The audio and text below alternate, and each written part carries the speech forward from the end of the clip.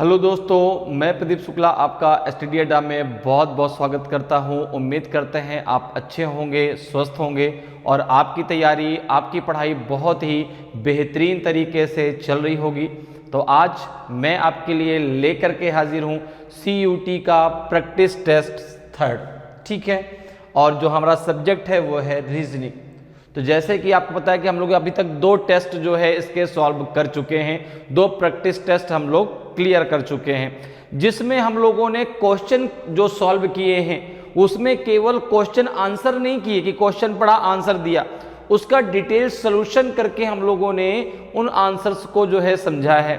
जिस टॉपिक से भी क्वेश्चन लिया गया है, ठीक है ना, उस टॉपिक को पूरा हम लोगों ने पहले डिफाइन किया, क्लियर किया और इसके बाद फिर हमने क्वेश्चन सॉल्व किया, ताकि आपके पास जो ये कम समय है ना, उस कम समय में आपकी तैयारी बहुत अच्छे से हो पाए, ठीक है, ताकि जो है आपका जो पेपर है बहुत अच्छे से आप उसको कर पाए।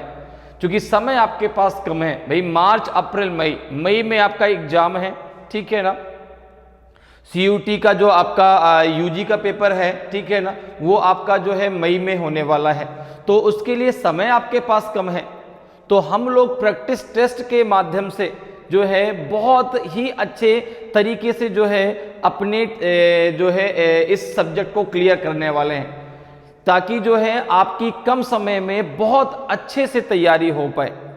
तो चलिए आज की क्लास को स्टार्ट करते हैं क्वेश्चन के साथ में। और आज भी, ठीक है ना, आज भी जो क्वेश्चन आएंगे उसको भी हम डिटेल सॉल्यूशन के साथ समझेंगे, ताकि जो है जब हम भाई एक टॉपिक को जब हम 4 बार पढ़ेंगे, 10 बार पढ़ेंगे उसी प्रकार से, तो वो हमको समझ में 100% आएगा।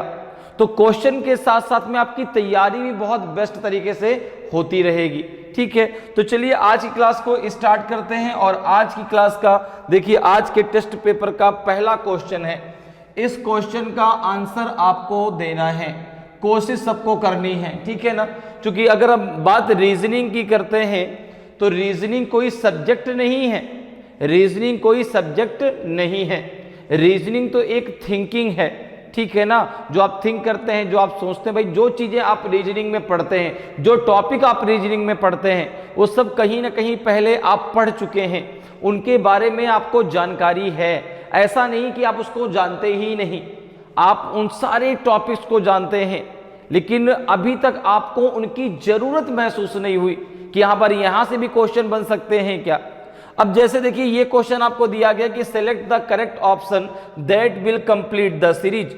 उस सही विकल्प का चयन करें जो श्रृंखला को पूरा करे। अब यहां पर जो आपको ये श्रृंखला दी गई है वो अल्फाबेट से रिलेटेड दी गई है, क्वेश्चन मार्क ROJ&A। अब आपको बताना है कि इस क्वेश्चन मार्क की जगह क्या आएगा, ठीक है, U आएगा, T आएगा, S आएगा कि R आएगा। अब देखो यहां पर बात हो रही है अल्फाबेट की, और अल्फाबेट की जैसे ही बात होती है, भाई सबको अल्फाबेट पता है कि A से स्टार्ट होता है, Z पे खत्म होता है, अर्थात टोटल 26 अल्फाबेट होते हैं, ठीक है। अब बात भी सही है भाई, 26 के अलावा 27th अल्फाबेट होता ही नहीं है।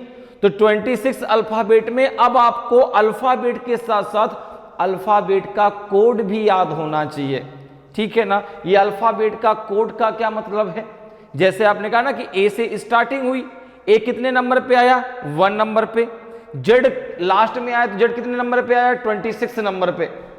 तो भाई A का 1, B का 2, भाई जैसे A का कोड 1 है और जैसे Z का 26 है, वैसे ही हर एक अल्फाबेट का जो है एक ना एक कोड जरूर होगा, बिल्कुल। तो अगर हम सीक्वेंस से बात करें तो भाई जैसे सीक्वेंस से अगर हम बात करते हैं तो यहां पर देखो A के बाद क्या आया, तो आपने कहा A, फिर B, फिर आपका C, D, E, F, फिर आपका G, फिर H, फिर क्या आएगा आपका I, ठीक है ना, फिर J, K, L, M, N, O, P, Q, Q, R, S, T, U, V, W, X, Y and ये हो गया आपका Z। तो ये तो सारा का सारा सीक्वेंस है। सीक्वेंस तो आपको आराम से याद रहेगा, लेकिन आपको रैंडमली भी याद रखना है। अगर आपसे कोई पूछे कि भाई y का कोड क्या होगा तो 25 होगा, q का कोड कितना होगा तो 17 होगा, n का कोड कितना होगा तो 14 होगा। ये रैंडमली भी आपको याद रखना है। अगर याद हो जाएंगे तो बहुत अच्छी बात है। कुछ लोगों को पहले से याद होंगे, जिनको नहीं याद है उनको मैं याद कराऊंगा। कैसे, जरा समझो। देखो एक बार हमने इसको पढ़ लिया, अब इसके हम कोड लिखते हैं। देखो A1 V2 C3 D4 E5 F6 G7 H8 okay, I9 J10 K11 L12 M13 N14 O15 P16 okay, Q17 R18 S19 T20 U21 V22 W23 X24 Y25 and Z होता है आपका 26। ठीक है, तो ये तो एक सीक्वेंस चल रहा। देखो A1 B2 C3, अब इनको आपको रैंडमली भी याद रखना है। तो एक बार मैं आपको पढ़ाऊंगा, एक बार आप पढ़ लीजिएगा, सारे के सारे आपको याद हो जाएंगे। ठीक है ना भाई, जब दिन में आप 2 बार पढ़ेंगे तो अपने आप सारे के सारे कोड आपको याद हो जाएंगे, और कोड के माध्यम से आप अल्फाबेट के हर एक क्वेश्चन को चुटकियों में उड़ा सकते हैं, हर एक क्वेश्चन को चुटकियों में। अब जरा एक बार देखो, इसको रिवीजन करते हैं। A1 B2 C3 D4 E5 F6 G7 H8 I9 J10 K11 L12 M13 N14 O15 P16। ठीक है ना, P के बाद क्या आएगा आपका Q17 R18 S19 T20 U21 V22 W23 X24 Y25 and Z26। ठीक है ना, एक बार जरा रिवर्स में चलते हैं।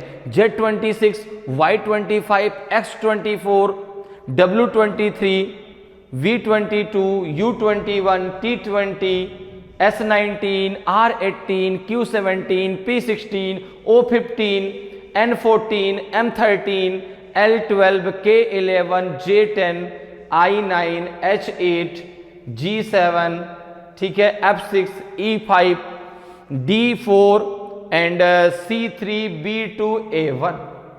तो ये जब आप एक दो बार जो है दिन में 1-2 बार भी पढ़ लेंगे, भाई एक बार आप मुझसे पढ़ेंगे, एक बार खुद से पढ़ेंगे, अपने आप सारे के सारे कोड आपके दिमाग में क्लियर हो जाएंगे। अब देखिए कैसे आप इनकी प्लेस वैल्यू के माध्यम से इस क्वेश्चन को चुटकियों में सॉल्व कर सकते हैं। अब देखो यहां पे दिया सबसे पहले आपको R के बाद फिर यहां पे दिया है O के बाद J के बाद दिया है यहां पर A। शुरुआत में आपसे पूछा गया यहां पर क्या आएगा, यहां पर क्या आएगा। तो देखो R का कोड कितना है 18, O का 15, J का 10, A का 1। ठीक है ना, तो अगर हम इनके बीच के डिफरेंस को देखें, अगर हम इनके बीच के डिफरेंस को देखें तो हमें नहीं पता कि यहां पर क्या है, तो हम इसके जो है बैक साइड से इसको सॉल्व करने की कोशिश करते हैं। तो यहां पर देखिए, अगर यहां पर देखो तो देखो 1 है, ये आपका 10 है, कितना 1 में प्लस करेंगे 10 हो जाए, आपने कहा 9 प्लस कर दीजिए। हम बैक साइड से इसको देख रहे हैं, ठीक है ना, तो 1 में अगर हम 9 प्लस कर दें तो 10 हो जाएगा। आपने कहा 10 में अगर आप 5 प्लस कर देंगे, 5 प्लस कर देंगे कितना हो जाएगा आपका 15 हो जाएगा। ठीक है ना, 15 में अगर आप 3 प्लस कर देंगे कितना हो जाएगा आपका 18 हो जाएगा। अब एक चीज और देखिए, यहां कितना प्लस हुआ, तो आपने कहा 3 + 2 5, यहां कितना प्लस हुआ तो 5 + 4 9। ठीक है ना, तो यहां देखो 2 2 जा 4, 2 2 जा 4। अगर हम यहां पर देखें तो यहां पर आपका क्या प्लस होगा, यहां पर क्या प्लस होगा, इधर से आने पे बैक साइड से यहां पे 1 प्लस होगा, यहां पे 1 प्लस होगा। अब देखो 1 और 2 के बीच कितने का डिफरेंस होगा, तो आपने कहा +2 का, और यहां पे मल्टीप्लाई हो जाएगा आपका 2 1 जा 2, 2 2 जा 4। ठीक है ना, आगे होता तो 4 2 जा 8। क्लियर, मेरी बात समझ में आई। तो यहां पर जब 1 प्लस होगा इधर से आने पे तो 18 + 1 कितना हो जाएगा 19, और 19 किसका कोड होता है, एस का होता है। 19 किसका कोड होता है? एस का कोड होता है। तो यस देखो ऑप्शन में दिया गया, बिल्कुल दिया गया है। तो यहां पे आपका सी जो है आंसर सही आंसर होगा। क्लियर, समझ में बात आई? तो जब भी आपसे अल्फाबेट से रिलेटेड कोई भी क्वेश्चन पूछा जाए, चाहे वो सीरीज का हो, चाहे वो कोडिंग डिकोडिंग का हो, चाहे क्लासिफिकेशन का हो, चाहे एनालॉजी का हो, हमेशा आप उसके कोड के द्वारा उसको सॉल्व करिए, बहुत आसानी से आप सॉल्व कर पाएंगे। क्लियर है? तो यहां पे देखो पहले 9 भाई हमने रिवर्स साइड से बैक साइड से इसको सॉल्व किया, क्योंकि भाई फ्रंट में हमें बताना था। तो यहां से जब हमने बैक साइड से किया तो वहां पे 9 प्लस हुआ, यहां पे 5 प्लस हुआ, यहां पे 3 प्लस हुआ, तो यहां पे 1 प्लस होगा। एक सीरीज देखो इसमें और चल रही कि भाई 1 में देखो 1 और 3 के बीच कितने का डिफरेंस है? 2 का। 3 और 5 के बीच भी 2 का डिफरेंस है। 5 और 9 के बीच 4 का डिफरेंस है। तो अगर यहां पे देखो तो क्या हो जाएगा? 2 1 जा 2, 2 2 जा 4। अब आगे अगर होता तो कितना होता? 4 2 जा 8। क्लियर है? समझ में बात आ रही है? तो यहां पे जो आंसर होगा आपका एस आपका सही आंसर हो जाएगा। अगले क्वेश्चन पे आते हैं। अगले क्वेश्चन का जरा आंसर देखते हैं भाई क्या होगा। अगला क्वेश्चन आपका डायरेक्शन से है। किस टॉपिक से है? अगला क्वेश्चन आपका डायरेक्शन टेस्ट से है, दिशा परीक्षण से है। तो क्वेश्चन कह रहा है कि a boy is facing south, he turns 90 degree in anti-clockwise direction and then turns 45 degree in clockwise direction. Okay, what direction is his back facing now? एक लड़के का मुख दक्षिण की ओर है, वह वामावर्त दिशा में 90 डिग्री मुड़ता है और फिर घड़ी की दिशा में 45 डिग्री मुड़ता है। अब उसकी पीठ किस दिशा की ओर है? बताइए। South east, south west, north east, north west. तो अगर हम बात करते हैं डायरेक्शन की, तो भाई डायरेक्शन आप सबको पता है कि 4 आपके मेन डायरेक्शन होते हैं, east, west, north and south. East का अपोजिट कौन सा डायरेक्शन होता है? वेस्ट। नॉर्थ का अपोजिट कौन सा डायरेक्शन होता है आपका? साउथ। रीजनिंग में हम टोटल 8 डायरेक्शनों की बात करते हैं। तो ऐसा नहीं कि 8 डायरेक्शन कहीं से उड़ करके आ गई, वही जो 4 डायरेक्शन है, तो 4 तो मेन डायरेक्शन है और 4 उनकी मिडिल डायरेक्शन है। जैसे नॉर्थ और ईस्ट के बीच का एरिया क्या कहलाएगा? North east. साउथ और ईस्ट के बीच का एरिया क्या कहलाएगा? South east. साउथ और वेस्ट के बीच का एरिया क्या कहलाएगा? South west. नॉर्थ और वेस्ट के बीच का एरिया क्या कहलाएगा? North west. तो टोटल हम यहां पर 8 डायरेक्शनों के बारे में बात करते हैं। और देखो अगर कभी भी आपको डायरेक्शन बनाने की बात हो तो आप इस प्रकार से डायरेक्शन को बनाते हैं। इस प्रकार से अपने कॉपी में हमेशा डायरेक्शन को ड्रॉ करते हैं। ये सेंटर पॉइंट है जहां पर जो है आपके ये चारों या कह सकते हैं 8 डायरेक्शन यहां पे आपस में एक दूसरे से कनेक्टेड होते हैं। क्लियर? तो ये तो देखो ये इधर आपका ईस्ट, ये ईस्ट हो और ये हो जाएगा आपका वेस्ट। ये इधर आप हमेशा नॉर्थ बनाते हैं और इधर होता है आपका साउथ। क्लियर? ठीक है। अगर हम 8 डायरेक्शन की बात करें तो देखो यहाँ पे आपके 2 डायरेक्शन ये हो जाएंगे, ठीक है ना, और 2 डायरेक्शन आपके ये हो जाएंगे। ये हो जाएंगे आपके 8 के 8 डायरेक्शन। ठीक है। तो यहाँ पर देखो भाई ये आपका जो है ये नॉर्थ और ईस्ट के बीच का ये पार्ट क्या कहलाएगा? नॉर्थ ईस्ट कहलाएगा। साउथ और ईस्ट के बीच ये पार्ट क्या कहलाएगा? साउथ ईस्ट कहलाएगा। साउथ और वेस्ट के बीच का ये पार्ट क्या कहलाएगा? साउथ वेस्ट कहलाएगा। नॉर्थ और वेस्ट के बीच का ये पार्ट नॉर्थ वेस्ट कहलाएगा। और नॉर्थ और ईस्ट तो हो ही गया, ठीक है ना। और ये सेंटर पॉइंट है जिससे ये 8 के 8 डायरेक्शन आपस में कनेक्टेड है, ठीक है ना। ये डायरेक्शन जो है एक प्रकार से कह सकते हैं पंखे की पत्तियों के समान होते हैं। जैसे जो पंखा आपके घरों में लगा होता है उसमें आप देखेंगे एक धुरी होती है और धुरी से 3 ब्लेडें आपस में कनेक्टेड होती हैं। अगर एक ब्लेड को आप घुमा दें तो बाकी अपने आप घूम जाएंगे, उनको आपको घुमाने की जरूरत नहीं पड़ेगी। वही चीज डायरेक्शन में है।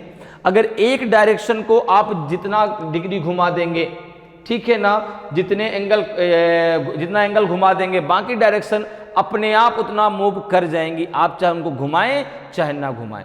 क्लियर है? क्योंकि ये सब आपस में कनेक्टेड, अगर एक घूमेगी तो सभी के सभी 8 घूमेंगी। अब जरा इनके बीच के एंगल की अगर बात करें देखो, तो इनके बीच का यह पूरा एंगल, इनके बीच का यह पूरा एंगल 90 डिग्री का होता है, ठीक है ना, ये 90 डिग्री का। लेकिन जो ये मिडिल वाली आपकी जो है डायरेक्शन है, ये इसको 45 में डिवाइड कर देती है। ये पूरा का पूरा जो एंगल है वो 90 डिग्री का, ये आपका 45 और 45 डिग्री का। ओके, इसी प्रकार से देखो ये पूरा का पूरा एंगल कितने डिग्री का हो जाएगा आपका, 90 डिग्री का, और ये आपका एंगल 45 डिग्री का होगा, ठीक है। ये पूरा का पूरा जो एंगल है आपका वो हो जाएगा 90 डिग्री का, ठीक है ना, ये पूरा का पूरा 90 डिग्री का, और ये हो जाएगा 45। अर्थात ये जो पूरा सर्कल है ना, ये पूरा सर्कल आपका होता है 360 डिग्री का। तो अगर मैं कह दूं कि भाई एक व्यक्ति का चेहरा साउथ में है और उसको 360 डिग्री घुमा दिया जाए, चाहे क्लॉकवाइज चाहे एंटी क्लॉकवाइज, वो फिर से आके यहीं खड़ा हो जाएगा। क्लियर, समझ में बात आ रही है। अब जरा अपने क्वेश्चन पे आ जाइए। क्वेश्चन क्या कह रहा है, व्यक्ति का चेहरा है किधर, तो आपने कहा व्यक्ति का चेहरा है जो है साउथ में। व्यक्ति ऐसे खड़ा है, देखो इस प्रकार से चेहरा उसका कहाँ है, साउथ डायरेक्शन में। तो उसकी बैक साइड कहाँ होगी, नॉर्थ में। भाई ऐसे खड़ा है, ऐसे अगर हम माने तो भाई नीचे की तरफ, इसमें हम मान सकते हैं कि नीचे की तरफ क्या होगा, नीचे की तरफ साउथ है, ऊपर की तरफ नॉर्थ है। तो यहां पर देखो वो व्यक्ति ऐसे नीचे की तरफ देख रहा है, तो बैक साइड उसका कहां होगा, बैक साइड उसका होगा नॉर्थ में। अब देखो क्या कह रहा है कि जो है he turns 90 degree in anti clockwise direction and then turn 45 degree in clockwise direction. तो अब ऐसे क्वेश्चनों में आपको लगाना है एंगल सेटलमेंट। क्या लगाना है, एंगल सेटलमेंट। एंगल सेटलमेंट क्या होता है, तो आप क्या करो, यहां पे पहले लिख लीजिए। जैसे यहां पे देखो क्या कह रहा है, एंटी क्लॉकवाइज कितना है, तो आपने कहा कि 90 डिग्री, और क्लॉकवाइज कितना है 45 डिग्री। तो अगर मैं यहां पे बात करूं तो एंटी क्लॉकवाइज मतलब घड़ी की विपरीत दिशा में कितना चलता है, 90 डिग्री, ठीक है ना। क्लॉकवाइज में कितना चलता है, क्लॉकवाइज अर्थात घड़ी की दिशा में वह चलता है 45 डिग्री। कितना चलता है, 45 डिग्री। दोनों में एंगल सेटलमेंट लगा दीजिए। एंगल सेटलमेंट कैसे लगेगा, तो भाई दोनों एक दूसरे के अपोजिट हैं, क्लॉकवाइज और एंटी क्लॉकवाइज दोनों एक दूसरे के अपोजिट हैं, तो दोनों आपस में घट जाएंगे। तो यहां पे 90 डिग्री से 45 डिग्री को जब आप माइनस करेंगे तो ये बचेगा 45 डिग्री। अब एक चीज बताओ, बचेगा कौन सा, भाई 90 डिग्री से हमने 45 डिग्री को माइनस कर दिया, तो जो बड़ा है बचेगा तो वही ना।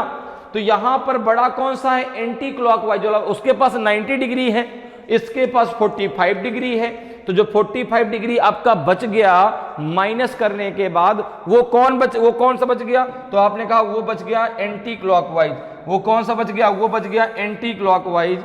और इस समय जो है, जो व्यक्ति है वो कहां चेहरा करके खड़ा है, साउथ में। एंटी क्लॉकवाइज क्या होगा, तो घड़ी की विपरीत दिशा ये होती है, ठीक है ना, घड़ी की दिशा आपकी ये होती है, घड़ी की विपरीत दिशा ये होती है। और जब यह एंटी क्लॉकवाइज 45 डिग्री घूमेगा तो ये यहां से यहां पहुंचेगा, ये यहां से यहां पहुंचेगा। और ये डायरेक्शन कौन सी होगी, ये डायरेक्शन होगी साउथ ईस्ट, ये डायरेक्शन होगी साउथ ईस्ट, लेकिन उसका फेस होगा साउथ ईस्ट में। उसका फेस होगा, यहां से यहां पहुंचा तो उसका फेस कहां हुआ, उसका फेस होगा साउथ ईस्ट में। तो पहुंच रहा है, उसका बैक साइड किधर होगा, तो उसका बैक साइड होगा नॉर्थ वेस्ट में। क्योंकि वो ऐसे खड़ा है और ऐसे जब खड़ा है तो साउथ ईस्ट की तरफ देख रहा है, तो उसकी बैक साइड कहां होगी, नॉर्थ वेस्ट की तरफ, जस्ट उसके अपोजिट डायरेक्शन में होगी।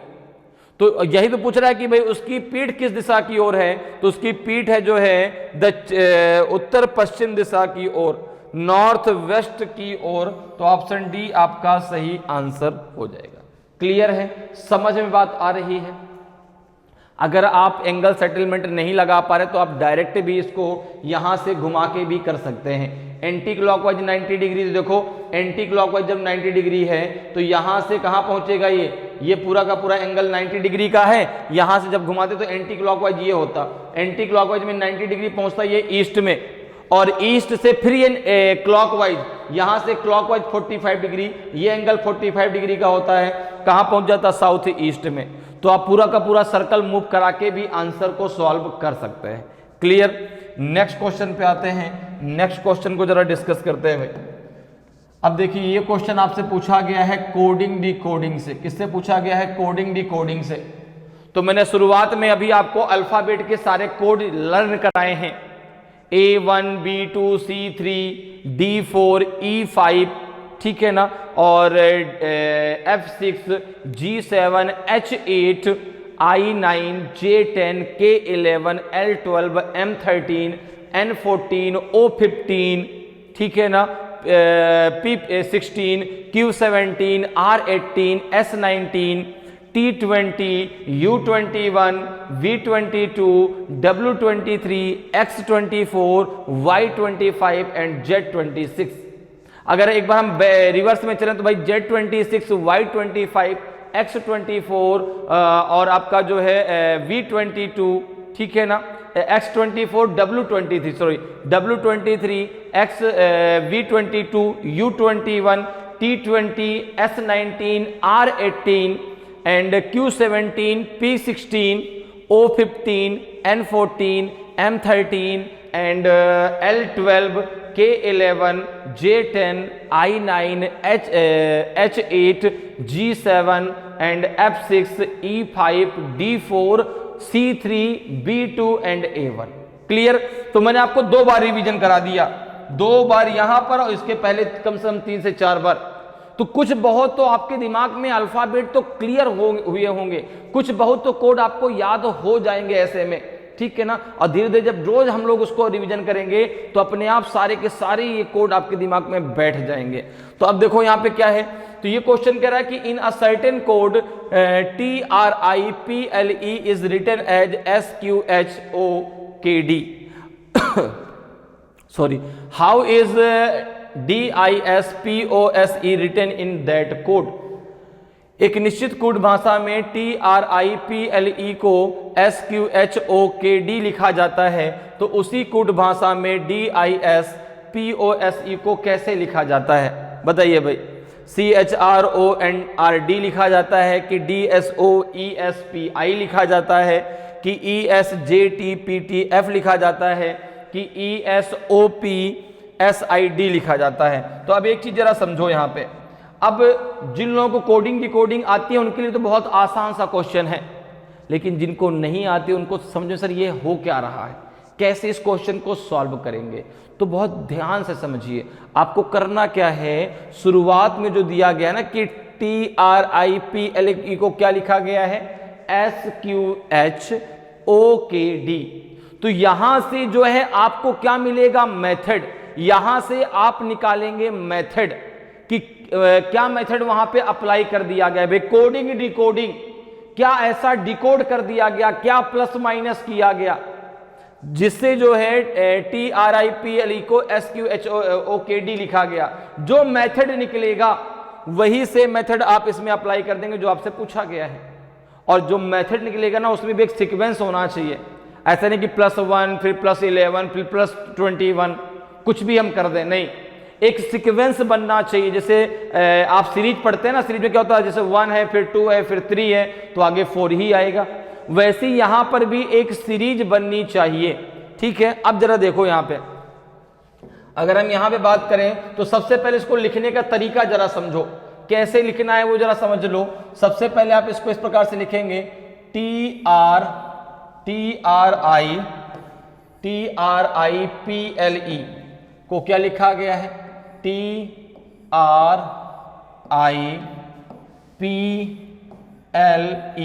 को क्या लिखा गया है, तो आपने कहा लिखा गया है SQ, तो हर एक उसके नीचे लिखते जाओ SQ, फिर यहां पे क्या आएगा आपका HO, फिर आएगा आपका K और फिर आएगा आपका D, ठीक है ना।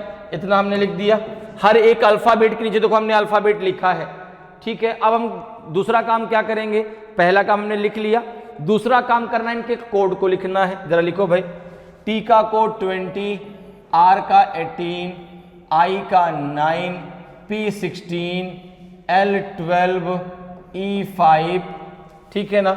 S19, Q जो है आपका 17, H8, O15, K11 and D4।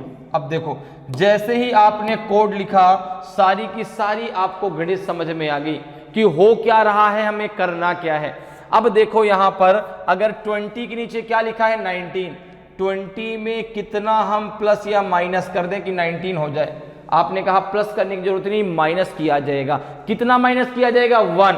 आपने कहा कि अगर 20 में 1 माइनस कर दो तो 19 आ जाएगा। इसी प्रकार से अगर 18 में 1 माइनस कर दो तो 17 आ जाएगा। 9 में 1 माइनस कर दो तो 8 आ जाएगा। 16 में 1 माइनस कर दो तो 15 आ जाएगा। 12 में 1 माइनस कर दो तो 11 आ जाएगा। 5 में 1 माइनस कर दो तो 4 आ जाएगा। तो देखो एक मेथड निकल आया, एक सीरीज निकल आई ना कि सब में किसका क्या माइनस हो रहा है, तो सब में जो है 1 माइनस करना है, ठीक है, और जो आएगा उसको हमें नीचे लिख देना है। तो अब देखो यहां पर हमसे पूछा क्या गया है, तो आपने कहा हमसे पूछा गया है DIS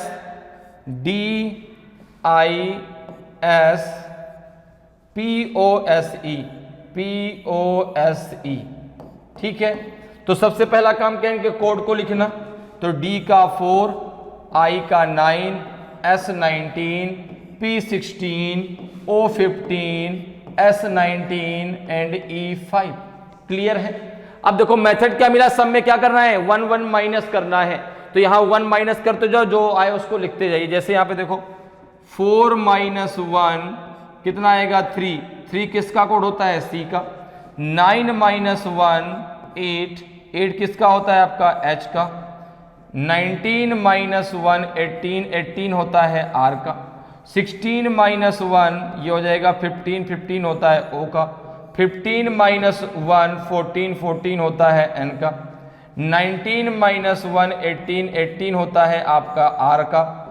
यहाँ जो जाएगा 5 माइनस 1 4, 4 होता है D का। तो ये आपका आंसर आ जाएगा, ये आपका आंसर आ जाएगा CH। अब देखो CH करके एक ही ऑप्शन है, CH करके एक ही ऑप्शन है, तो वही आपका A ऑप्शन सही आंसर होगा। क्लियर है। तो सबसे पहले यहां से हमने मेथड निकाला, जो मेथड निकला उसी को जो क्वेश्चन हमसे पूछा गया था उसमें हमने अप्लाई कर दिया। तो हमारा आंसर आ गया CHRONANRD, वही हमारा सही आंसर होगा। क्लियर, समझ में आ रहा है।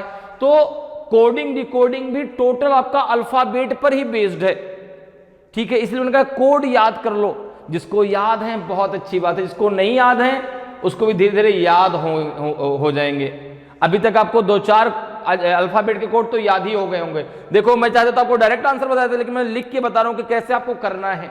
ऐसे जब आप करोगे ना, जब आप पढ़ोगे तो एक एक चीज आपकी क्लियर होगी और एक भी क्वेश्चन आपका CUT में छूटेगा नहीं। आपके जो जनरल टेस्ट में भाई 3 पार्ट आएंगे, मैथ, रीजनिंग और आपका जनरल नॉलेज। टोटल क्वेश्चन कितने रहेंगे 75, जिसमें करना कितने हैं आपको 60 मिनट में 60 क्वेश्चन करने हैं। अब 1 मिनट में एक क्वेश्चन, मतलब पलक झपकते आंसर दीजिए, क्वेश्चन को पढ़िए और आंसर लिखिए। और वो तभी है जब आपकी चीजें क्लियर हों, आपको हर एक किसी भी चीज में कंफ्यूजन ना हो, ठीक है ना। तो ये चीज कैसे हो पाएगी भाई, समय कम में आप तैयारी कैसे कर सकते हैं कि क्वेश्चन भी लगाएं और क्वेश्चन के माध्यम से सारी चीजों को समझें, ताकि आप बहुत आसानी से कम समय में अच्छी तैयारी कर सकें। क्लियर। नेक्स्ट क्वेश्चन पे आते हैं। नेक्स्ट क्वेश्चन का जरा आंसर देखते हैं भाई क्या होगा। अब देखिए 4th नंबर क्वेश्चन पे हम लोग आ गए। 4th नंबर क्वेश्चन जो है आपका एनालॉजी टेस्ट से पूछा गया है।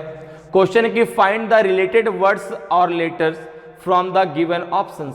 दिए गए विकल्पों में से संबंधित शब्द या अक्षरों को खोजिए। कारपेंटर का संबंध किससे है, फर्नीचर से, तो उसी प्रकार से यहां पर क्या आएगा क्वेश्चन मार्क। बड़े का संबंध फर्नीचर से है तो यहां पे क्या आएगा बताइए भाई। बुक ऑथर अर्थात पुस्तक लेखक, कि मैगजीन एडिटर पत्रिका संपादक, कि कुक सूप रसोईया सूप, डैम इंजीनियर बांध इंजीनियर। बताएं भाई। अब यहां पर ये जो क्वेश्चन आपसे पूछा गया वो एनालॉजी टेस्ट से पूछा गया है, और एनालॉजी टेस्ट का मतलब होता है दोनों तरफ के पलड़े बराबर होने चाहिए। जो तरीका आपका जो है कारपेंटर फर्नीचर में जो कॉन्सेप्ट इधर लगेगा वही सेम कॉन्सेप्ट आपका इधर भी लगेगा, ठीक है ना। तो यहां बताइए भाई किस ऑप्शन को रखा जाए कि दोनों पलड़े बराबर हो जाए। तो सबसे पहले सोचिए कि कारपेंटर और फर्नीचर का क्या रिलेशन है, वही रिलेशन आपको इसमें अप्लाई करना है। तो एक बार जरा सोचिए, एक बार सोच करके आंसर देने की खुद से कोशिश करिए, फिर देखिए क्या सही होता है क्या गलत होता है। मैं तो आंसर आपको हर एक क्वेश्चन का बताऊंगा, लेकिन आप भी कोशिश जरूर जारी रखें, क्योंकि मैंने शुरुआत में आपसे एक बात कही कि रीजनिंग कोई सब्जेक्ट नहीं है, रीजनिंग केवल एक थिंकिंग है। बस थोड़ा सा यहां पे आता ना कि आपने अभी तक रीजनिंग को पढ़ा नहीं है, तो दिमाग में बात आती है सर ये रीजनिंग तो हमारे लिए एकदम नया है। बात आपकी सही है, नया है, लेकिन ऐसा नया नहीं है, आपको पता सब कुछ है, क्योंकि चीजें वही हैं। कुछ भी आपके जो आपने पढ़ा है उससे बाहर कुछ नहीं पूछा जाएगा, ठीक है ना। तो जरा सोचिए यहां पे क्या आंसर आपका सही होगा। तो देखिए भाई यहां पर जो है आपको कैसे करना है, तो मैंने आपको बता दिया कि दोनों तरफ के पलड़े कैसे होने चाहिए, बराबर होने चाहिए, ठीक है ना। जो आपका जो है कॉन्सेप्ट कारपेंटर से फर्नीचर का होगा वही सेम इधर होना चाहिए। तो अगर हम देखें तो यहां पर देखो क्या कॉन्सेप्ट लगेगा, तो आपने कहा कि भाई कारपेंटर मेक्स फर्नीचर, यही तो हम सोचेंगे ना कि भाई कारपेंटर जो है carpenter makes furniture, carpenter makes furniture, carpenter क्या करता है, फर्नीचर को बनाता है, फर्नीचर, यही तो रिलेशन है दोनों का कि कारपेंटर का जो है फर्नीचर से क्या रिलेशन है, कारपेंटर फर्नीचर को बनाता है। उसी प्रकार से अगर हम देखें तो इन चारों में जो सबसे आपका बेस्ट ऑप्शन हो कौन सा है, कुक सूप, कुक सूप, क्योंकि जो रसोइया है वो सूप को बनाता है, ठीक है ना। रसोइया किसको बनाता है, सूप को बनाता है। तो इसलिए जो है आंसर क्या हो जाएगा, ऑप्शन सी हो जाएगा। डैम इंजीनियर के द्वारा बनाया नहीं जाता, वो तो जो है मिस्त्रियों के द्वारा बनाया जाता है, ठीक है ना। इसलिए आंसर बहुत सोच समझ के देना है। तो यहाँ पे दोनों तरफ के पलड़े जो आपका कॉन्सेप्ट इधर लगेगा सेम वही कॉन्सेप्ट इधर, क्लियर। तो इसका आंसर क्या हो जाएगा, ऑप्शन सी। नेक्स्ट क्वेश्चन पे आते हैं। नेक्स्ट क्वेश्चन देखिए भाई, नेक्स्ट क्वेश्चन आपका 5th नंबर क्वेश्चन जो है, ये भी क्वेश्चन आपका किससे पूछा गया है, एनालॉजी टेस्ट से, ठीक है ना, जिसे हम हिंदी में कहते हैं सादृश्यता परीक्षण, ठीक है। और एक चीज और कि टोटल आपके 25 क्वेश्चन आने हैं रीजनिंग से, तो हम जो सेट करने वाले हैं ना टेस्ट का वो पूरा 25 क्वेश्चन होगा, ठीक है। फर्स्ट में भी हम लोगों ने 25 क्वेश्चन पूरे डिस्कस किए थे, सेकेंड टेस्ट में भी, इस टेस्ट में भी हम लोग टोटल 25 क्वेश्चन डिस्कस करने वाले हैं, ठीक है। और हो सकता है उसको हम लोग पार्ट में डिवाइड करके करें कि भाई कुछ अभी कुछ अगले पार्ट में, इस प्रकार से। अब देखिए यहां पर जो है क्वेश्चन आपका है कि BCDF का रिलेशन किससे है, GHIK से।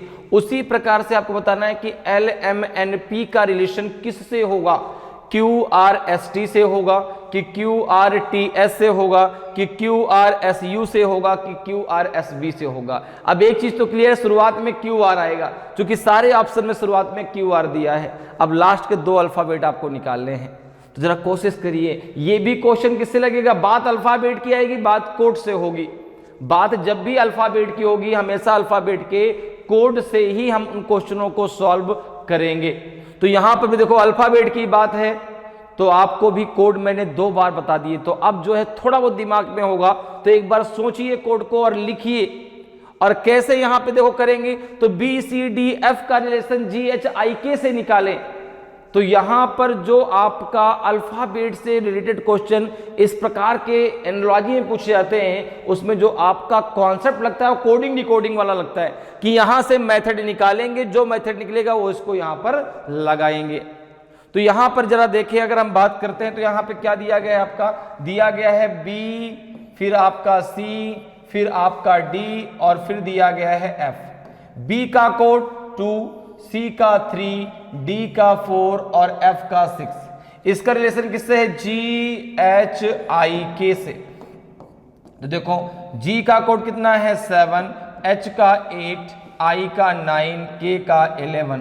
अब एक चीज देखो, 2 में हम कितना ऐड कर दे, भाई 2 को 7 लिखा गया, आपने कहा प्लस का 5 कर दीजिए, 3 को 8 लिखा गया, आपने कहा प्लस का 5 3 में कर दीजिए। 4 को 9 लिखा गया, प्लस का 5 4 में कर दीजिए। 6 को 11 लिखा गया, प्लस का 5 6 में कर दीजिए। तो आपका जो है ये नंबर आपको मिल जाएगा। तो ये जो है, अब देखो आपको मेथड मिल गया कि सब में क्या करना है, सब में आपको प्लस का 5 करना है, सब में प्लस का 5 करना है और आपको यहां पर जो है आपका आंसर मिल जाएगा। तो सेम यही कॉन्सेप्ट आप लगा दीजिए किसमें, LMNP में, किसमें, LMNP में। तो L का कोड कितना होता है 12, M का 13, N 14 और P 16। देखो 12 प्लस 5 करेंगे कितना आ जाएगा 17, 17 होता है Q का कोड, ठीक है ना। इसके बाद यहां पे आएगा जो है आपका 13 प्लस 5, 13 प्लस 5 कितना हो जाएगा, तो ये हो जाएगा आपका 13 प्लस 5 आपका 18, तो यहाँ पे R आएगा। 14 प्लस R, 14 प्लस 5 R नहीं, 14 प्लस 5 कितना हो जाएगा 19, 19 होगा S का, और 16 प्लस 5 21, 21 होगा U का, किसका, U का। तो आंसर आएगा QRSU, QRSU आपका आंसर होगा। तो ऑप्शन सी आपका सही आंसर हो जाएगा। तो जब भी बात होगी अल्फाबेट की, हमेशा आप अल्फाबेट के कोड से ही उन क्वेश्चनों को सॉल्व करेंगे ताकि आसानी से आपके क्वेश्चन सॉल्व हो जाए। नेक्स्ट क्वेश्चन पे आते हैं। देखिए नेक्स्ट क्वेश्चन को जरा डिस्कस करते हैं भाई। नेक्स्ट क्वेश्चन जरा देखें। अब ये क्वेश्चन आपसे पूछा गया है लॉजिकल वेन डायग्राम से, जिसे हम हिंदी में कहते हैं तार्किक वेन आरेख। अब देखिए क्वेश्चन कह रहा है कि which of the following best depicts the relation amongst the bottles plastic and cotton. निम्नलिखित में से कौन सा बोतल, प्लास्टिक, कपास के बीच संबंध को सबसे अच्छा दर्शाता है। अब देखिए कुछ आपको सेट्स दिए गए हैं, आपको बताना है कि कौन सा सेट जो है यहां पर इन तीनों के बीच रिलेशन को बहुत अच्छे तरीके से दर्शा सकता है। तो आपको करना क्या है कि लॉजिकल वेन डायग्राम में जो आपको दिया गया है, जो वर्ड आपको दिए गए हैं, उनके बीच जो जो क्वेश्चन बन सकते हैं वो दिमाग में आप बनाइए। जैसे मान लो यहां पे दिया गया कि बॉटल, प्लास्टिक और कॉटन, इनके बीच क्या रिलेशन हो सकता है। तो रिलेशन कैसे बनाएंगे कि भाई देखो अगर हम बात करें बॉटल की, तो कुछ बॉटल, ठीक है ना, कुछ बॉटल प्लास्टिक की हो सकती है, कपास की तो बॉटल नहीं होगी। कपास का तो जो है अगर कॉटन की बात करें तो उससे जो है क्लॉथ की बात हो सकती है, लेकिन बॉटल की बात नहीं हो सकती। तो कॉटन तो इन दोनों से अलग है, इन दोनों का कॉटन से कोई रिलेशन नहीं है, लेकिन बॉटल का प्लास्टिक से रिलेशन हो सकता है। कुछ बॉटल प्लास्टिक की होती हैं, ठीक है ना, कुछ अदर की भी होती हैं। तो अब एक चीज जरा समझो, सेट के बीच सम के रिलेशन को कैसे बनाएंगे जरा ये समझ लो। सम के रिलेशन को आप इस प्रकार से बनाएंगे, ये हो गया सम का रिलेशन। अगर नो का रिलेशन है तो आप इस प्रकार से सेट को बनाएंगे। अगर ऑल का रिलेशन है, ऑल का रिलेशन है तो इस प्रकार से बनाएंगे, ठीक है ना। ये तीन आपके सेट होते हैं, ये सम को दर्शाता है, ये नो को दर्शाता है, इनके बीच कोई रिलेशन नहीं है, ये ऑल के रिलेशन को दर्शाता है। जैसे अगर मैं यहां पर ए की बात करूं, जैसे ए में दिया गया है, तो ए में दिया गया है कि भाई तीनों अलग अलग हैं, तो आपने कहा कॉटन तो उन दोनों से अलग है, लेकिन यहां पर जो है बॉटल और प्लास्टिक में सम का रिलेशन होना चाहिए। कुछ बोतलें प्लास्टिक की होती हैं, ठीक है। तो अगर हम बात करें तो कुछ ऐसा रिलेशन बनेगा। देखो ये हो गया आपका बॉटल, ये हो गया आपका प्लास्टिक, तो ये जो है क्या हो गया आपका बॉटल, ठीक है ना, ये हो गया आपका बॉटल और ये हो गया आपका प्लास्टिक, ये हो गया आपका प्लास्टिक। और जो है जो कॉटन है वो इन दोनों से अलग बनेगा, जो कॉटन है उन दोनों से अलग बनेगा। तो पहला तो गलत है क्योंकि तीनों अलग नहीं है, तीनों अलग नहीं है, इसलिए पहला गलत है। दूसरे में कह रहा है कि एक सर्कल के अंदर ये दोनों सर्कल होंगे, नहीं, एक सर्कल के अंदर दोनों सर्कल नहीं होंगे, ठीक है ना। हाँ, ये किसके लिए होता है, जैसे मान लो कह दिया जाता आपसे language, language Hindi and English, ठीक है ना। तो लैंग्वेज के अंतर्गत दोनों आती, हिंदी और इंग्लिश दोनों अलग अलग होती, तो ये किसके लिए होता है, जैसे आपसे लैंग्वेज हिंदी एंड इंग्लिश, तो आप इसके लिए ये आंसर देते। ये किसके लिए होता है, जैसे कहते हैं डॉक्टर इंजीनियर एंड टीचर, तो ये तीनों अलग अलग प्रोफेशन है, उसके लिए ये होता। ये दो है, देखो इसके अंदर ये सम को दर्शाता है, ठीक है ना। जैसे ये कह दिया जाए कि भाई इसके अंदर के अंदर ये दोनों सम हैं, इन दोनों का सम का रिलेशन है, तो ये भी तो नहीं है, ये भी आपका गलत है, बी भी आपका गलत है। आंसर कौन सा होगा, डी, कि सम बॉटल्स आर प्लास्टिक, ठीक है ना, कुछ बोतलें प्लास्टिक की हैं, ठीक है, और जो है आपका जो है कॉटन इन दोनों से अलग है। तो ऑप्शन कौन सा होगा आपका, डी जो है बिल्कुल सही आंसर होगा। डी में जो आपका आरेख दिया गया है वो इनके बीच के रिलेशन को अच्छे तरीके से दर्शाता है। क्लियर। अगले क्वेश्चन पे आते हैं, अगले क्वेश्चन को डिस्कस करते हैं भाई। अगला क्वेश्चन देखिए आपका दिया गया है, अगला क्वेश्चन है आपका जो है कि select the word which can not be form using the letters of the given word. उस शब्द का चयन करें जो दिए गए शब्द के अक्षरों का उपयोग करके नहीं बनाया जा सकता। अब देखिए यहां पर आपको एक ये शब्द दिया गया, एक वर्ड दिया गया है और आपको ABCD 4 ऑप्शन दिए गए हैं। आपको बताना है कि इनमें से कौन सा ऐसा वर्ड है जो इसके अल्फाबेट से नहीं बनाया जा सकता। तो जो अल्फाबेट इस वर्ड के बाहर का यूज होगा वो वर्ड इस अल्फाबेट के यूज से नहीं बनाया जा सकता, क्योंकि भाई जो अल्फाबेट इस वर्ड में आए हैं, जो अल्फाबेट इस वर्ड में दिए गए हैं, वही अल्फाबेट यहां पर यूज होने चाहिए। दूसरी बात आपको ध्यान देना है कि जो अल्फाबेट इसमें जितनी बार दिया गया है उतनी बार या उससे कम यूज हो सकता है, लेकिन उससे अगर ज्यादा बार यूज किया जाएगा तो वो वर्ड आपका नहीं बनाया जा सकता। बात मेरी समझ में आ रही है कि जो अल्फाबेट आपका इस वर्ड में दिया गया है, जितनी बार दिया गया है उतनी बार या उससे कम बार यूज हो सकता है, लेकिन अगर उससे अधिक बार कोई अल्फाबेट किसी वर्ड में आता है तो वो वर्ड भी नहीं बनाया जा सकता। अब देखिए जैसे हम पहले वर्ड की बात करते हैं CONBENE, अब देखो यहां पे C है, आपने कहा बिल्कुल CON भी है, देखो यहां पे CON, VE भी है और आपका NE, तो देखो NE भी है, ठीक है ना। तो E यहां पर 3 बार आया है, यहां पर 2 बार यूज हुआ, बिल्कुल 3 बार भी यूज होता तो भी चल जाता, लेकिन 4 बार अगर यूज होता तो नहीं बनता फिर। तो ये पहला तो आपका बन सकता है। दूसरा जरा देखो भाई CONS S है क्या, अब देखो कहीं भी पूरे इस वर्ड में S आया ही नहीं, तो यही एक ऐसा वर्ड है जो नहीं बन सकता, ये वर्ड नहीं बन सकता। बाकी ये भी बनेगा, ये भी बनेगा, ठीक है ना। केवल एक वर्ड ऐसा है जो B में दिया गया, उसमें क्या आ गया आपका S इस पूरे वर्ड में कहीं नहीं है, ठीक है ना। इसीलिए जो है आपका B वाला जो वर्ड है वो इस शब्द के दिए गए अल्फाबेट से नहीं बनाया जा सकता। तो ऑप्शन बी आपका सही आंसर होगा। नेक्स्ट क्वेश्चन पे आते हैं, नेक्स्ट क्वेश्चन को जरा डिस्कस करते हैं भाई। नेक्स्ट क्वेश्चन आपसे पूछा गया है मैथमेटिकल ऑपरेशन से। किस टॉपिक से पूछा गया है, मैथमेटिकल ऑपरेशन से, ठीक है। अब यहां पर देखो दिया गया कि इफ D मीन्स प्लस, फिर आपका जो है 0 means minus, O means multiply, square means division, then what is the value of 803D906 square 3। इसकी वैल्यू क्या होगी आपको बताना है, 28 होगी, 33 होगी, 9 होगी कि 31 होगी। तो ये क्वेश्चन आपसे पूछा गया है मैथमेटिकल ऑपरेशन से, और मैथमेटिकल ऑपरेशन में हम लगाते हैं बॉडमॉस। क्या लगाते हैं, बॉडमॉस। लेकिन बॉडमॉस लगाने से पहले आपको क्या करना है, इन सिंबल को रिप्लेस करना है। जैसे यहां पे दिया 8O, अब O की जगह आप क्या रखेंगे, मल्टीप्लाई, D की जगह आप क्या रखेंगे, प्लस, ठीक है ना।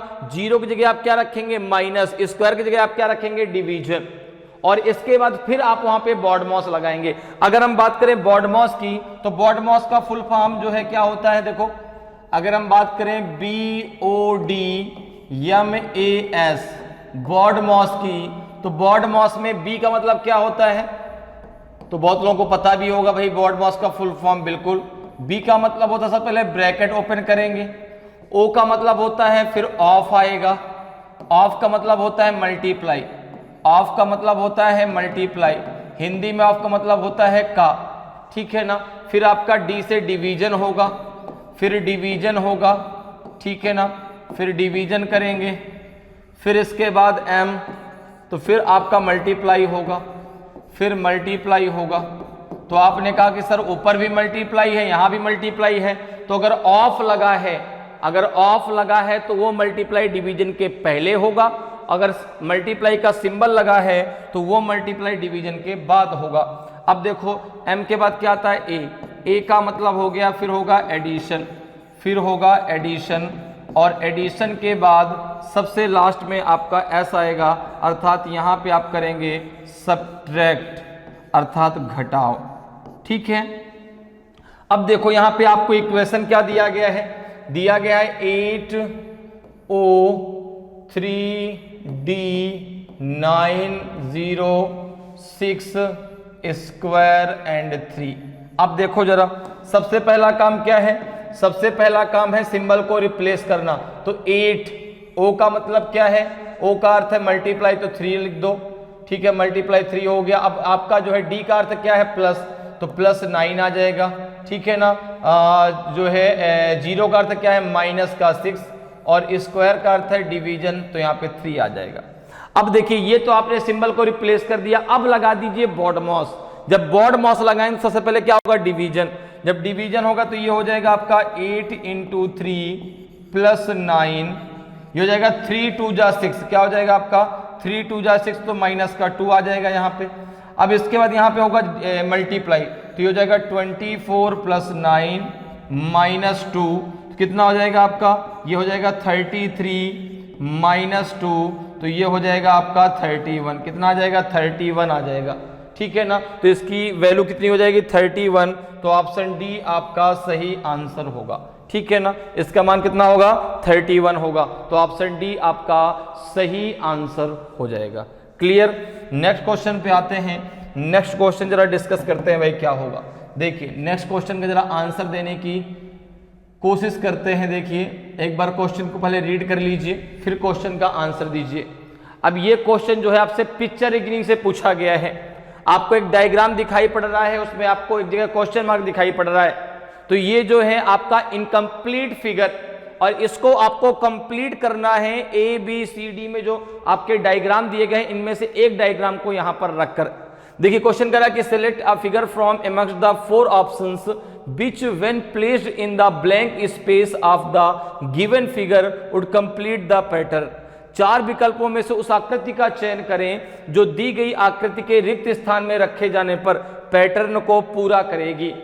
तो आपको जो क्वेश्चन मार्क है यहां पर इन चारों में से एक आकृति को चूज करना है और उसको यहां पर रखना है, जिससे कि ये जो आकृति है जो अधूरी है वो आपकी पूरी हो जाए।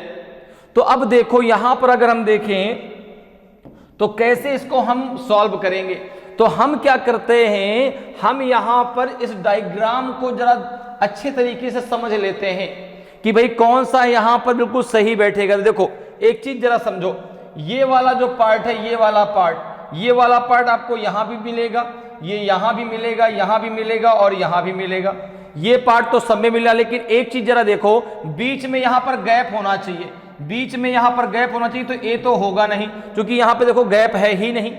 बीच में यहां पे क्या होना चाहिए, गैप होना चाहिए। देखो ना यहां पे ये पूरा का पूरा जो सर्कल है वो ब्लैंक होना चाहिए, जबकि इसमें देखो ये लाइन यहां से जा रही है, और दूसरी बात इसमें जो है यहां पर जो है ये लाइन यहां पे से कट नहीं होना चाहिए, और 2 लाइनें होनी चाहिए। यहां तो सिंगल है तो पहला तो किसी हालत पे नहीं होगा, दूसरे में भी यही समस्या कि 2 लाइनें तो हैं लेकिन ये लाइन इसको ओवर क्रॉस कर रही है, आंसर बी भी नहीं होगा।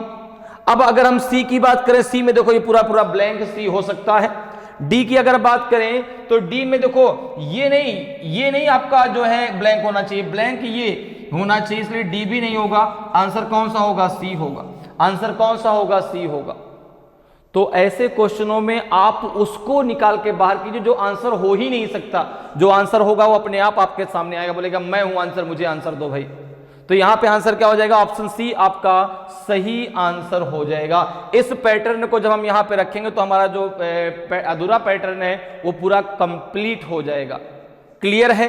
तो आंसर क्या हो जाएगा आपका, सी जो है बिल्कुल सही डायग्राम होगा। नेक्स्ट क्वेश्चन पे आते हैं। नेक्स्ट क्वेश्चन जरा सॉल्व करते हैं।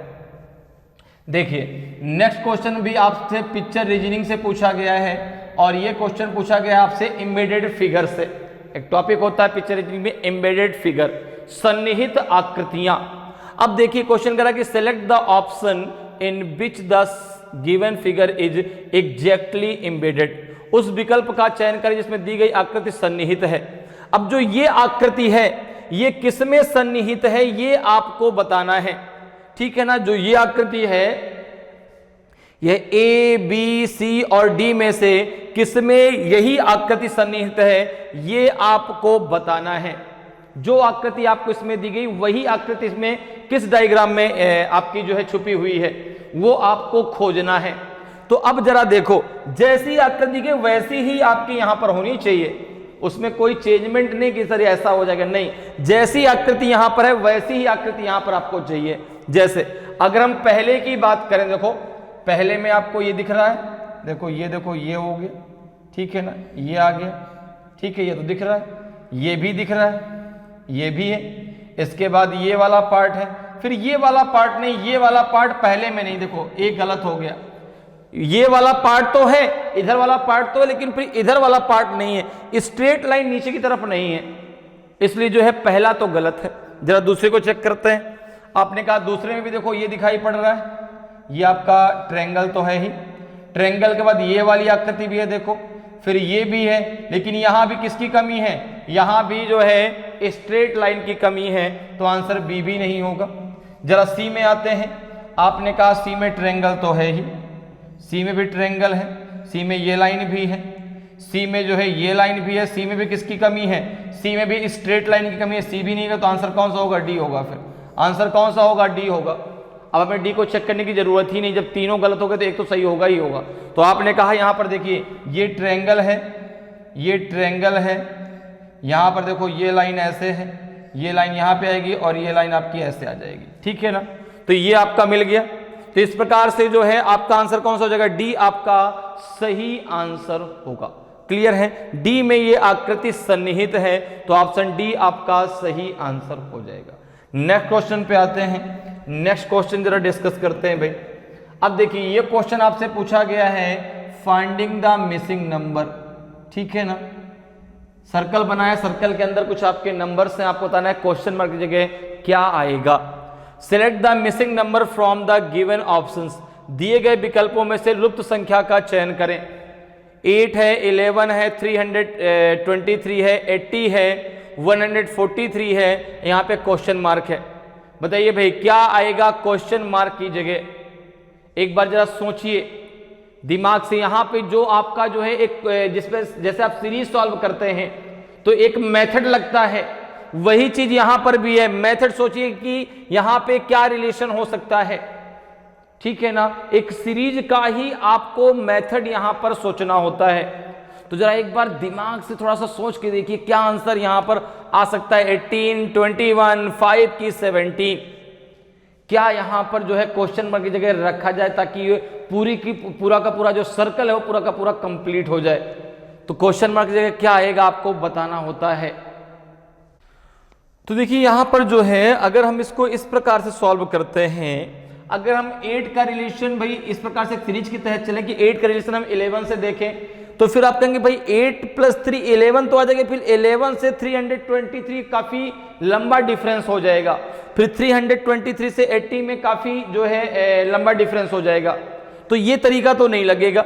अच्छा एक तरीका अगर हम यहां से देखें कि 8 से अगर हम 80 लेके आ जाएं, 8 का रिलेशन 80 से देख लें, इसका यहां से देख लें, इसका यहां से देख लें, तो इसका यहां से बन जाएगा। अगर यहां से इसको लेके आते हैं तो 8 में हम कितने का मल्टीप्लाई करें कि 80 हो जाए। आपने कहा 10 का मल्टीप्लाई कर दीजिए। तो अगर 10 लाते हैं तो 10 आएगा कैसे, तो आपने कहा 8 × 8 + 2 कर दो तो ये 10 हो जाएगा, और ये 8 × 10 हो जाएगा, तो ये आपका 80 आ जाएगा। अगर हम बात करें कि 11 से जो है 143, तो 11 में यहाँ में आपने 8 में +2 किया था, यहाँ पे 11 में +2 कर दीजिए, तो 11 + 2 कितना हो जाएगा आपका 13 हो जाएगा। 13 में जब 11 का मल्टीप्लाई करेंगे तो 143 ही तो आएगा। तो अब यहाँ पर ऐसी संख्या रखिए जिसमें दो ऐड करने पे और उस संख्या में उसको मल्टीप्लाई करने पे 323 आ जाए। जैसे एक चीज जरा समझो, अगर मैं यहाँ पे 18 लेता हूँ तो 18 इंटू 18 + 2 तो ये तो 20 हो जाएगा, ये हो जाएगा आपका 18 इंटू 20 तो ये तो 360 आएगा, ये तो गलत है, तो 18 तो होगा नहीं। 21 की अगर हम बात करें तो 21 इंटू 21 + 2 कितना हो जाएगा 23, कितना हो जाएगा 23। अब देखो 21 इंटू 23 कर दो, यहाँ पे क्या हो जाएगा आपका 21 इंटू 23, 21 इंटू 23 हो जाएगा। जरा 21 में 23 का मल्टीप्लाई करो तो सबसे पहले हम 20 का मल्टीप्लाई कर लेते हैं तो 0 कितना हो जाएगा 42, 3 का कर दो 3 1 जा 3, 3 2 जा 6, कितना आ जाएगा 3, ये तो ज्यादा हो जाएगा, ये तो इससे कम है। देखो 323 है, ये आपका 400 कुछ आएगा, 483 आएगा, ये आपका गलत है, तो ये भी आपका नहीं होगा। तो ये दो गलत आपने सॉल्व करके देख लिया, दोनों गलत है, ना तो आंसर ये होगा ना तो आंसर बी होगा। सी आंसर होगा ही नहीं, क्योंकि 5 से बात बनेगी ही नहीं। 5 + 2 कितना हो जाएगा 7, 7 × 5 आपका 35 आएगा, तो एक ही तो बचा आपका डी, यही आपका सही आंसर होगा। आप चाहे तो चेक कर लें, यहाँ पे 17 इंटू हो जाएगा आपका 17 + 2 ये हो जाएगा आपका 17 इंटू 19। अब देखो यूनिट डिजिट चेक कर लीजिए, 7 9 जा 63 होता, लास्ट में 3 आएगा, तो फिर यही आंसर आपका सही होगा, ठीक है ना। तो ऑप्शन डी आपका सही आंसर हो जाएगा। क्लियर। नेक्स्ट क्वेश्चन पे आते हैं, नेक्स्ट क्वेश्चन को जरा सॉल्व करते हैं। नेक्स्ट क्वेश्चन देखो आपका है, ये आपका क्वेश्चन पूछा गया है लॉजिकल सीक्वेंस ऑफ वर्ड से, ठीक है ना, शब्दों का तार्किक क्रम। तो क्वेश्चन कह रहा है कि arrange the following words as per their order in the dictionary. निम्नलिखित शब्दों को शब्दकोश में उनके क्रम के अनुसार व्यवस्थित करें। अब ये कुछ वर्ड आपको दिए गए हैं, इनको अकॉर्डिंग टू डिक्शनरी आपको लगाना है। इनका अर्थ निकाल के आपको अनर्थ नहीं करना, इनका अर्थ निकाल के अनर्थ नहीं करना, इनके अर्थ से आपको कोई लेना देना नहीं है। अब कैसे लगाना है जरा उसको समझो। ये देखो, ये इनका नंबरिंग दी गई है, ये इनका सीक्वेंस दिया गया है, इनमें से कौन सा सही होगा ये आपको बताना है।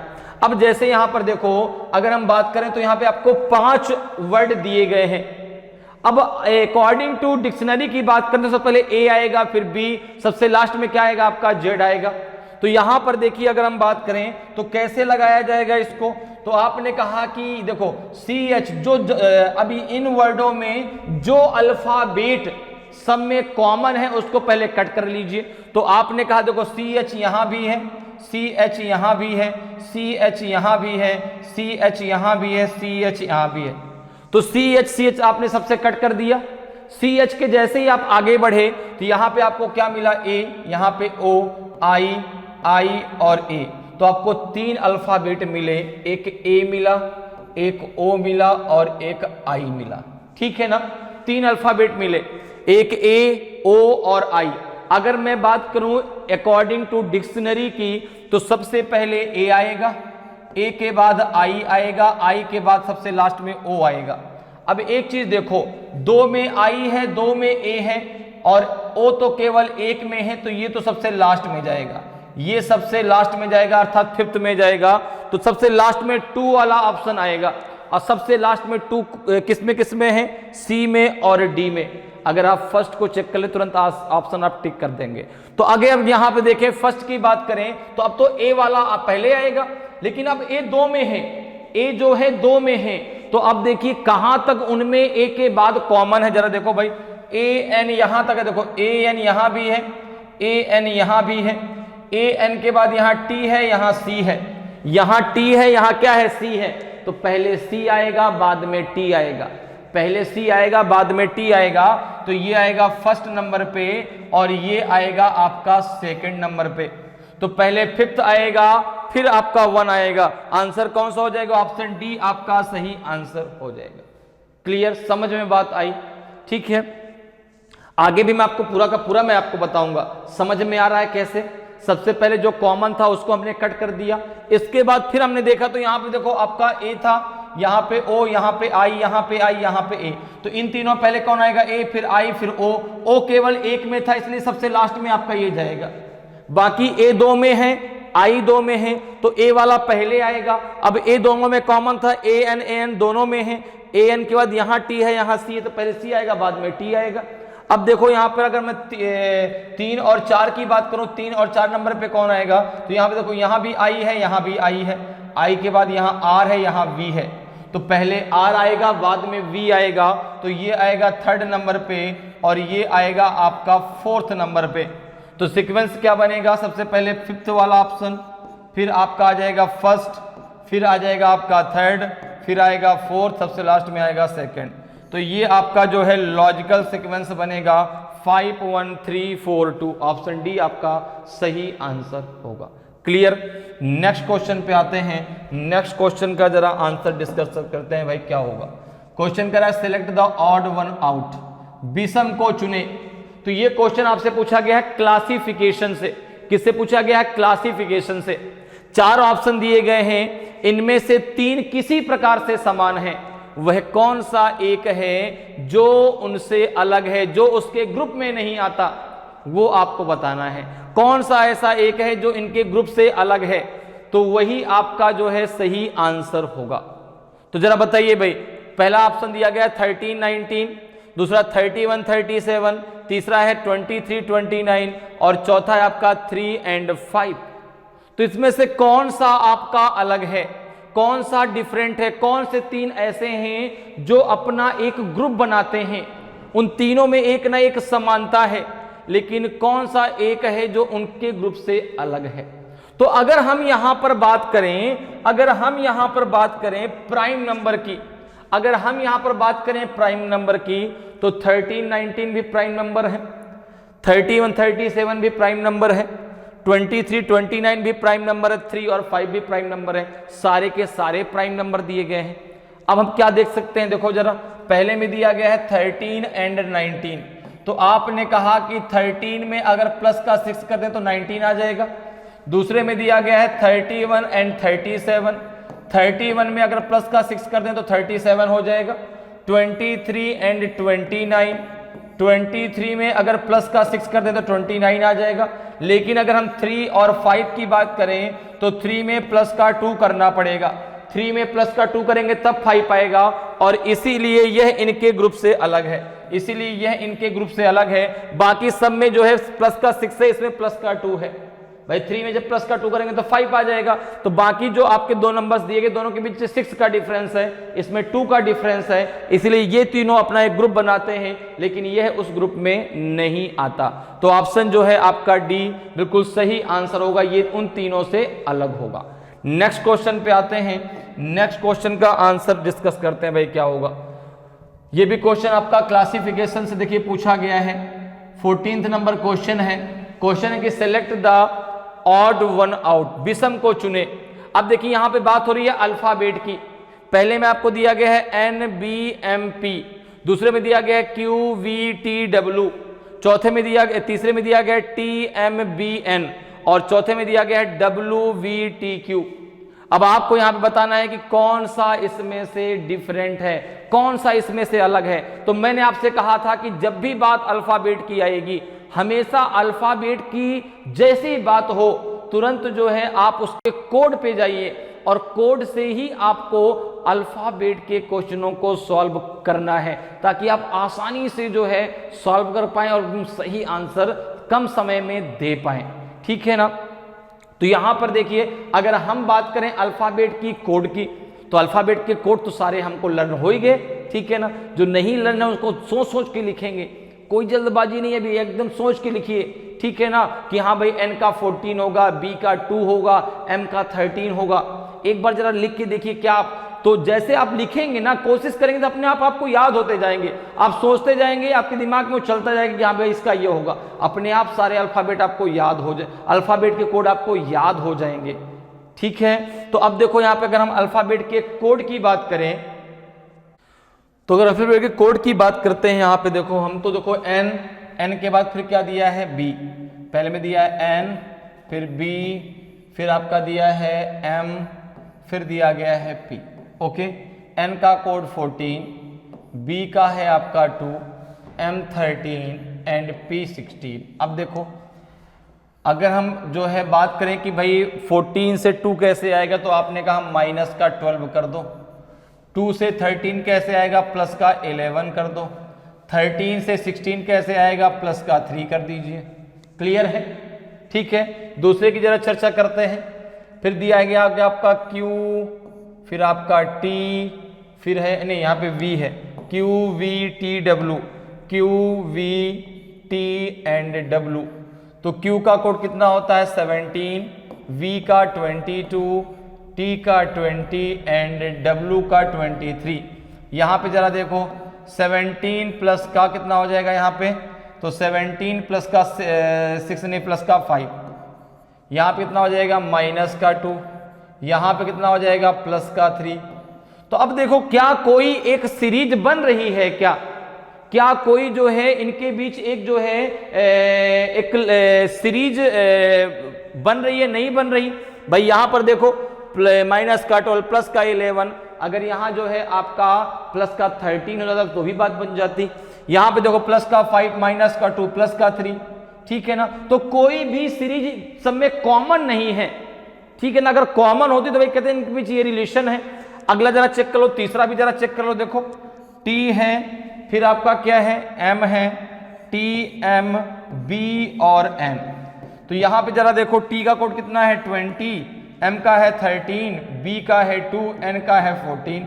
अगर देखें तो 20 माइनस 7 13 और कितना हो जाएगा माइनस का 11, 2 प्लस का आपका हो जाएगा 12। तो क्या देखो अब इन तीनों में कोई भी आपको सीरीज जो है कॉमन दिख रही है? नहीं है। तो जब ये मेथड ना लगे तो फिर क्या लगाएंगे?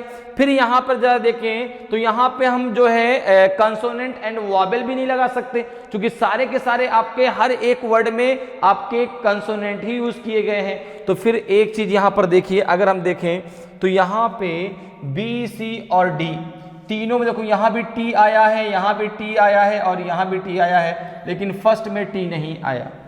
तीनों में T आया है, B वाले में भी T आया है Q B T W, दूसरे में भी आपका T आया T M B N, चौथे में भी आपका T आया है W B T Q, लेकिन फर्स्ट में आपका T नहीं आया और इसीलिए फर्स्ट इन तीनों से अलग है। ये तीनों इसलिए आपस में एक ग्रुप बनाते हैं क्योंकि इन तीनों में T है, लेकिन फर्स्ट इनके तीनों के ग्रुप से अलग है क्योंकि उसमें T नहीं आया है, इसलिए वह इनके ग्रुप से अलग है। समझ में आया कैसे? भाई पहले हमने इसके अल्फाबेट से लगाया, लेकिन अल्फाबेट में आप देख रहे हैं कि कोई भी सीरीज तीनों में कॉमन नहीं है। जब कॉमन नहीं है तो फिर हम नहीं कह सकते ना कि भाई ये तीनों आपस में ग्रुप बनाते हैं। अगर कोई सीरीज कॉमन होती तो हम कहते कि हाँ भाई ये तीनों आपस में एक ग्रुप बनाते हैं, ठीक है ना। तो तीनों में कोई भी कॉमन नहीं है। चौथा भी चेक करें तो भी उसमें आपको कोई सीरीज कॉमन नहीं मिलेगी। देखो यहाँ पे 23 है, ये आपका 22 है, तो ये जाएगा माइनस का 1, ये हो जाएगा आपका माइनस का 2, ये हो जाएगा आपका जो है यहाँ पे 20 माइनस कितना हो जाएगा आपका 13, तो यहाँ पे हो जाएगा माइनस का 3। अब उसमें भी सीरीज आपकी अलग है, तो कोई भी सीरीज इन चारों में इन तीनों में कॉमन है ही नहीं। इसलिए जो है यहाँ पे क्या तरीका लगेगा कि भाई इन तीनों में T आया है लेकिन फर्स्ट में आपका T नहीं आया, इसीलिए जो है आपका A ऑप्शन सही आंसर हो जाएगा। क्लियर, समझ में आया? तो अभी हम लोगों ने जो है जो आपका टेस्ट पेपर 3rd था उसके हम लोगों ने 14 क्वेश्चन जो है सॉल्व किए। बाकी जो आगे के क्वेश्चन हैं उसको हम लोग नेक्स्ट क्लास में सॉल्व करेंगे। और जो आपका डिस्कशन है, तो आपने देखा कि हम लोगों ने केवल क्वेश्चन आंसर नहीं डिस्कस किए, पूरा का पूरा विद सॉल्यूशन टॉपिक को डिटेल में समझ करके हम लोगों ने आंसर सॉल्व किया, ताकि आपको चीजें बहुत अच्छे समझ में आए और आप कम समय में बहुत अच्छी तैयारी कर सकें। तो आज के लिए इतना ही। उम्मीद करते हैं कि आज क्लास आपको बहुत अच्छे से समझ में आई होगी। अगर आज की क्लास आपको अच्छी लगी हो, आज का वीडियो आपको अच्छा लगा हो और अभी तक आपने वीडियो को लाइक नहीं किया तो वीडियो को लाइक जरूर करें। अगर आप नए हैं और अभी तक आपने चैनल को सब्सक्राइब नहीं किया तो चैनल को सब्सक्राइब जरूर कर लें, ताकि आपको क्लास की जानकारी समय समय पर मिलती रहे और आपकी तैयारी बेहतरीन तरीके से चलती रहे। तो आज के लिए इतना ही, फिर मिलेंगे। जय हिंद, जय भारत।